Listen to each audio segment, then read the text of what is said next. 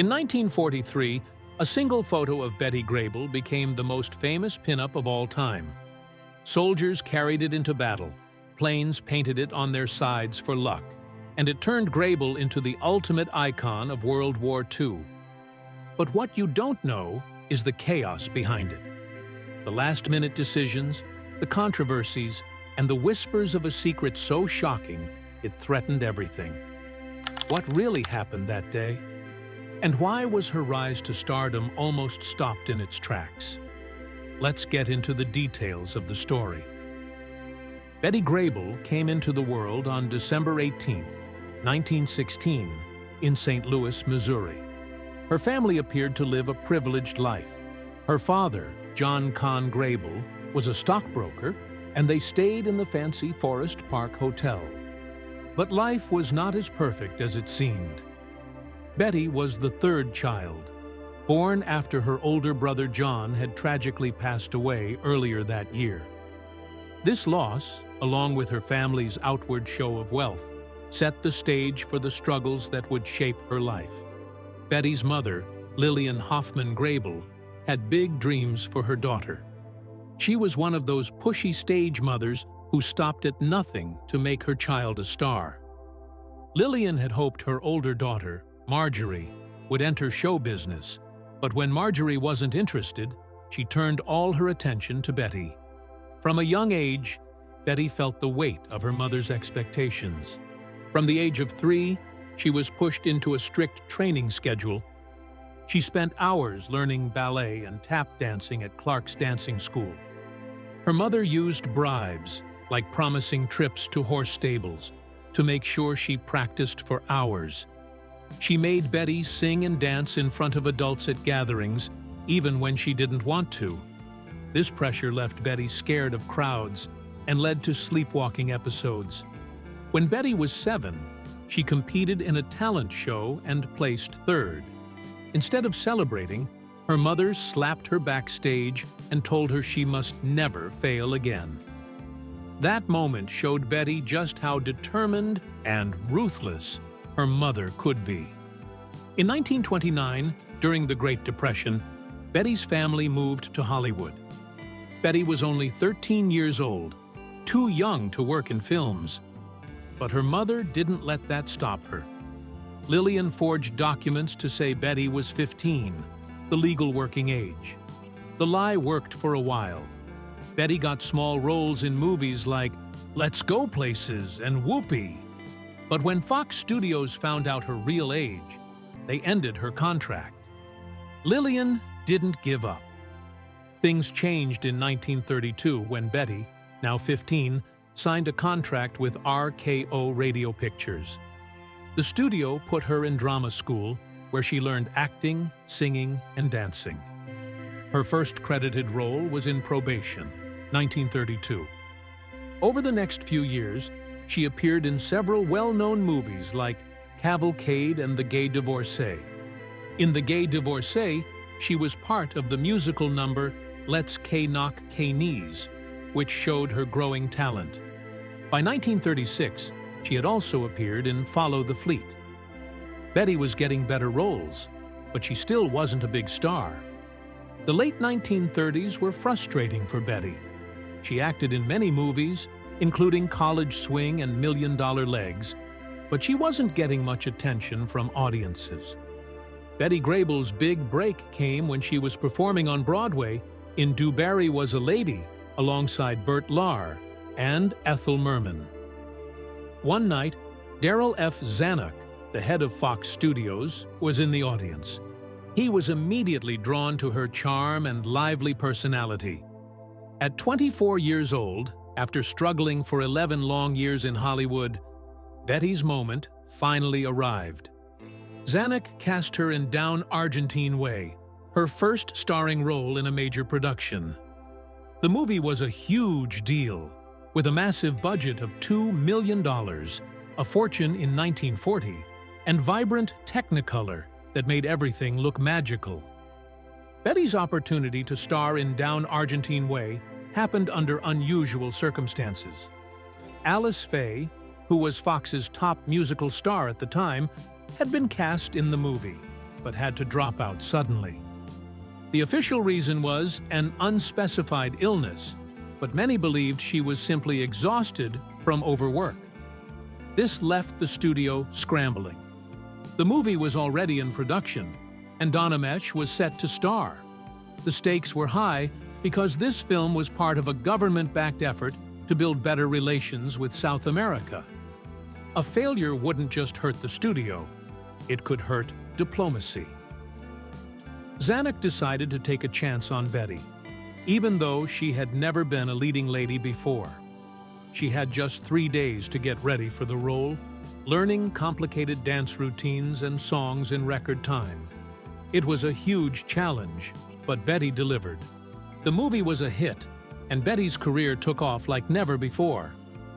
By 1943, she was the #1 box office star in America, the first adult woman to achieve that rank. Her success was so vital to Fox Studios that comedian George Jessel joked that every Oscar statue should say, "Betty Grable helped pay for this." Actress Mitzi Gaynor later admitted that without Betty, the entire studio might have gone under. Betty's popularity was built on the success of her Technicolor musicals. She starred in a series of hits like Moon Over Miami, Sweet Rosie O'Grady, Pin-Up Girl, and The Dolly Sisters. These films were light, fun, and full of music, offering audiences an escape during the tough years of World War II. Her movies didn't need complex plots because her charm, beauty, and talent kept viewers hooked. During this time, Betty's films were so profitable that they helped pull Fox out of financial trouble. Her popularity also allowed the studio to take risks on more serious, expensive projects. In 1943, photographer Frank Powolny was assigned to take publicity photos for Sweet Rosie O'Grady, a routine task he'd done countless times since joining Fox Studios in 1923. The session began at 2:30 p.m. on Stage 6, where most of the studio's promotional shoots took place. Powolny's goal was to capture something fresh, especially since the studio wanted bathing suit shots to appeal to servicemen who adored Betty Grable. The white bathing suit featured in the shoot was chosen at the last minute, after 3 other options were rejected by the wardrobe department. Despite his experience, Powolny struggled to get the right shot. Nearly an hour passed, and dozens of glamour photos later, nothing felt special. Frustration began to set in. What happened next was extraordinary. After almost an hour of shooting with no standout results, Grable decided to wrap things up. She was running late for a 4 p.m. rehearsal and began gathering her belongings, saying, "That's it, Frank. I've got to go." As she turned to leave, Powolny shouted, "Wait! Don't move!" Her natural, playful glance over her shoulder was exactly what he had been searching for. That spontaneous moment became the defining image of Grable's career. For years, rumors swirled that Betty Grable's famous over-the-shoulder pose was meant to hide her pregnancy with her first child, Victoria James. But these claims don't hold up. The photo session took place on April 15, 1943, months before Grable met her future husband, Harry James. Victoria wasn't born until March 4, 1944, and the timing makes it clear Grable wasn't pregnant at the time of the shoot. In fact, other front-facing photos from the same session exist, showing no signs of pregnancy. The photo of Betty Grable in a white bathing suit, smiling over her shoulder, was an instant hit. It became a phenomenon during World War II, reaching millions of soldiers and leaving a lasting impact. In 1943, 20th Century Fox printed 5 million copies of her photo and distributed them to American servicemen. This meant about 1 in every 12 Allied soldiers carried her image, making it a symbol of hope and connection during the war. Her photo became so well known that military intelligence used Betty Grable as a code word to identify German spies. By 1944, the demand for her photo was so high that the military had to create a special logistics system just to handle requests. The tribute to her image reached an unexpected level in 1953 when a nuclear bomb used in atomic tests was nicknamed Grable in her honor, a rare and surprising recognition. Grable's influence also extended to the skies during World War II. Her image was painted on over 800 B-17 and B-24 bombers, with the most famous being the B-17 named Betty's Dream, which successfully completed 83 missions over Europe. Pilots and crew members believed her image brought them luck, and some even claimed planes featuring her likeness had a higher survival rate. This belief became so widespread that paint suppliers created a shade called Grable White to match her iconic bathing suit, ensuring her image was always just right. Grable didn't just inspire soldiers from afar, she made personal connections with them. Between 1943 and 1945, she responded to over 12,000 letters from servicemen, dedicating hours every week to writing back. Grable's daughter, Victoria Colucci, shared insights into her mother's deep connection with the soldiers who admired her. She revealed that Grable kept a wartime scrapbook filled with letters from servicemen, calling it her real Oscar. Every Sunday, Grable spent 3 hours writing back to soldiers, despite studio executives advising against it. She also cherished the gifts airmen brought her, like bomber jackets bearing her image and mission counts. By the end of the war, she had collected 87 jackets, each representing the personal bond she had with the men who looked to her for strength during the hardest times. Her photo even played a role in saving lives. One soldier stranded on a Pacific island for 17 days used the glossy surface of her photo to signal rescue planes, while another claimed it stopped a bullet during the Battle of the Bulge, saving his life. When Grable passed away in 1973, over 3,000 veterans attended her funeral to honor her role in their lives. Her fame reached a peak with the June 7, 1943 issue of Life magazine, which featured 14 photos of her, but only one showing her face. The focus on her legs stirred controversy, yet the issue sold a record-breaking 5.2 million copies during wartime. The over-the-shoulder pose from her pinup became so iconic that it influenced magazine photography for years. In 1995, her photo was ranked number 23 in Life's 100 photos that changed the world, highlighting its impact on both culture and history. Even decades later, her influence persisted. Hugh Hefner credited Grable's pinup as one of the inspirations behind Playboy magazine. He admired how her image combined glamour and sophistication, shaping his vision for the magazine. Hefner even modeled Playboy's early business plan on the success of Grable's photo, believing it proved the market for sophisticated, tasteful imagery. In 1946-47, Betty Grable reached an incredible milestone that shocked the country. The U.S. Treasury Department declared her the highest-paid woman in America. She earned $300,000 in a single year, a sum that would be worth about $4.2 million today. What made this even more impressive was that she wasn't just the top earner in Hollywood. She out-earned women in every industry.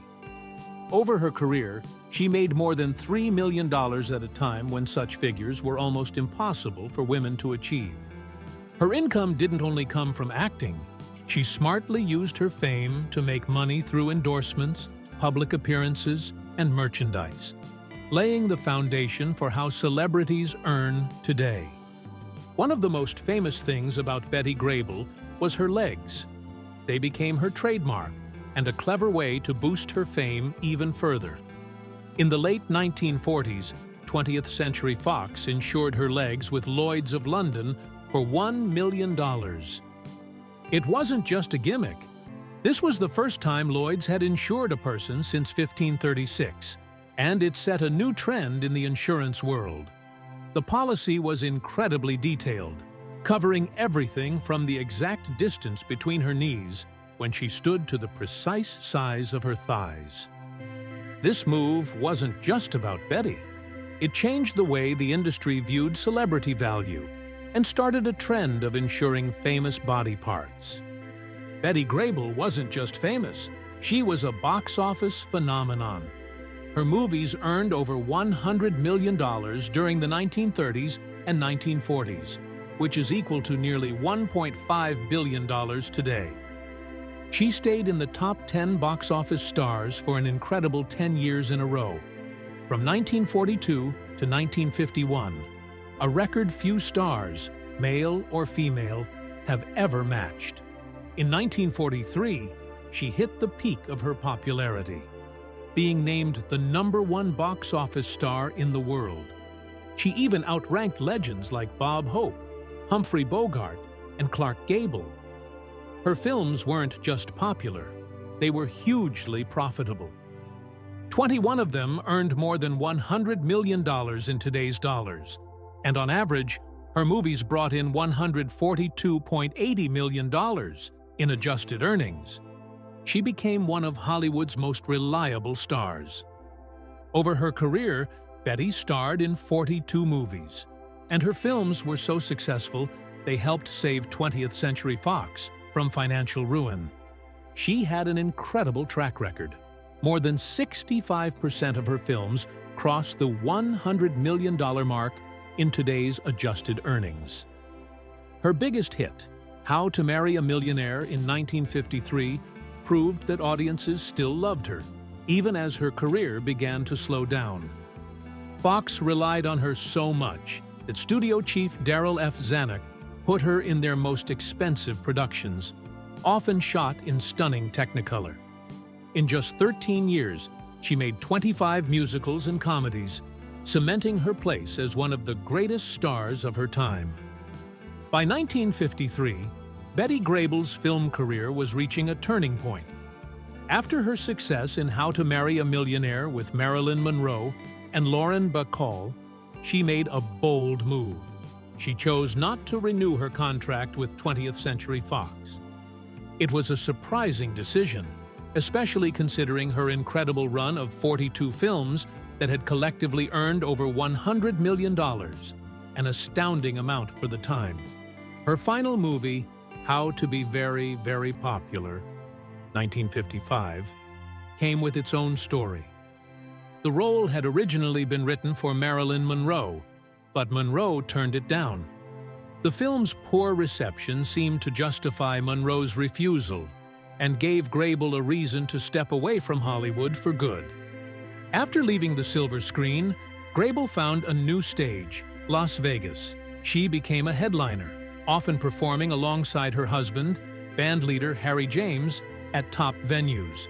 From 1962 to 1964, she dazzled audiences at the Flamingo Hotel, earning an impressive $40,000 a week, which would be over $350,000 today.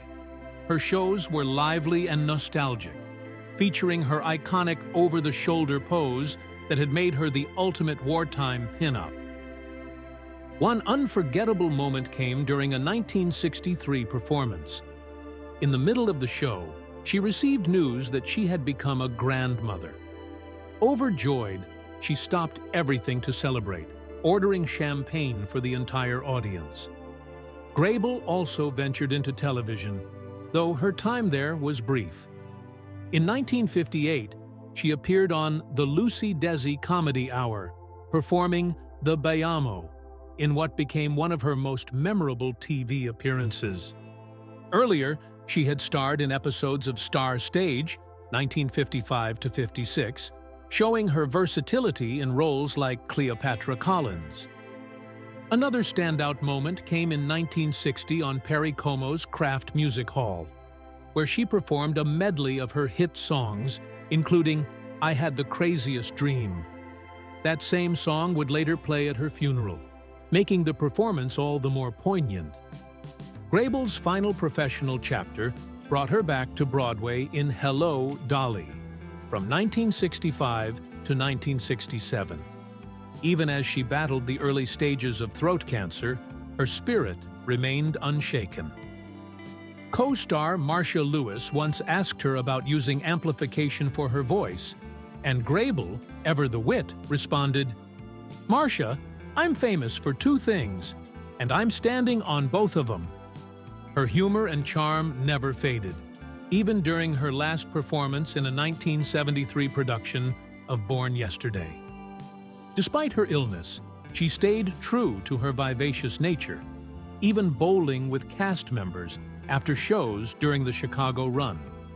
Betty Grable's life and career were a testament to resilience, joy, and the power of reinvention.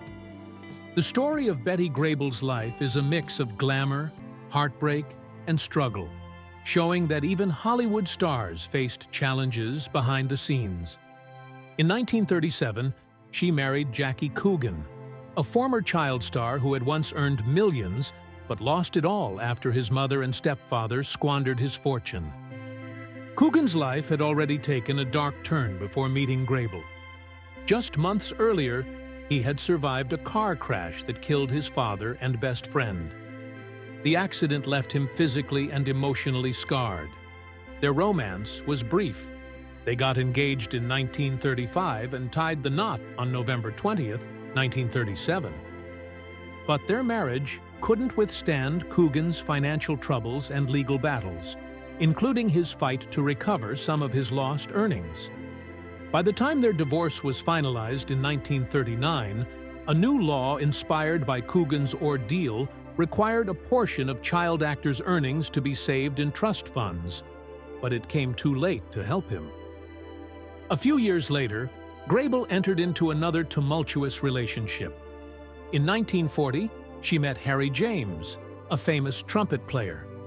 What started as mutual disinterest grew into one of Hollywood's stormiest marriages. The couple wed in 1943, becoming America's highest-paid pair by 1945. But their glamorous image hid deep problems. James introduced Grable to horse racing and drinking, two habits that soon became shared addictions. They spent huge sums gambling at the Del Mar racetrack, leading to serious financial struggles, even though Grable was one of Hollywood's highest-paid stars. There were darker issues, too. Reports of domestic abuse plagued their marriage, with Grable often covering bruises and downplaying violent incidents as bad sessions with Harry. Despite their public image, their relationship was marked by pain and turmoil, ending in divorce in 1965 after 22 difficult years. Grable and James had two daughters, Victoria, born in 1944, and Jessica, born in 1947. From the outside, they seemed to live a life of privilege, but their reality was much harder. Grable and James were too focused on their careers and gambling to spend much time with their children. Housekeepers and nannies raised the girls, leaving them to lean on each other for support.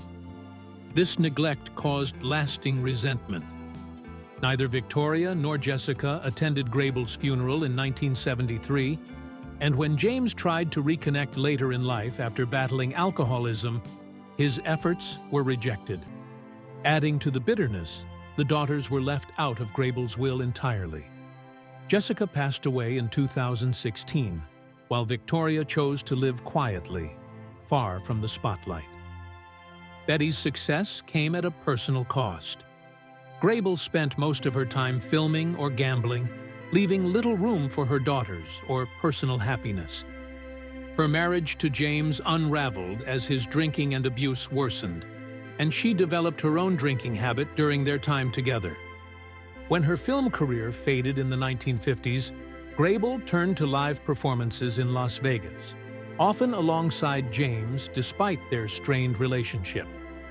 After their divorce, she finally found some peace with dancer Bob Remick, who was 27 years younger than her. Grable stayed with Remick until her death from lung cancer in 1973, leaving behind a legacy that was as complicated as it was iconic.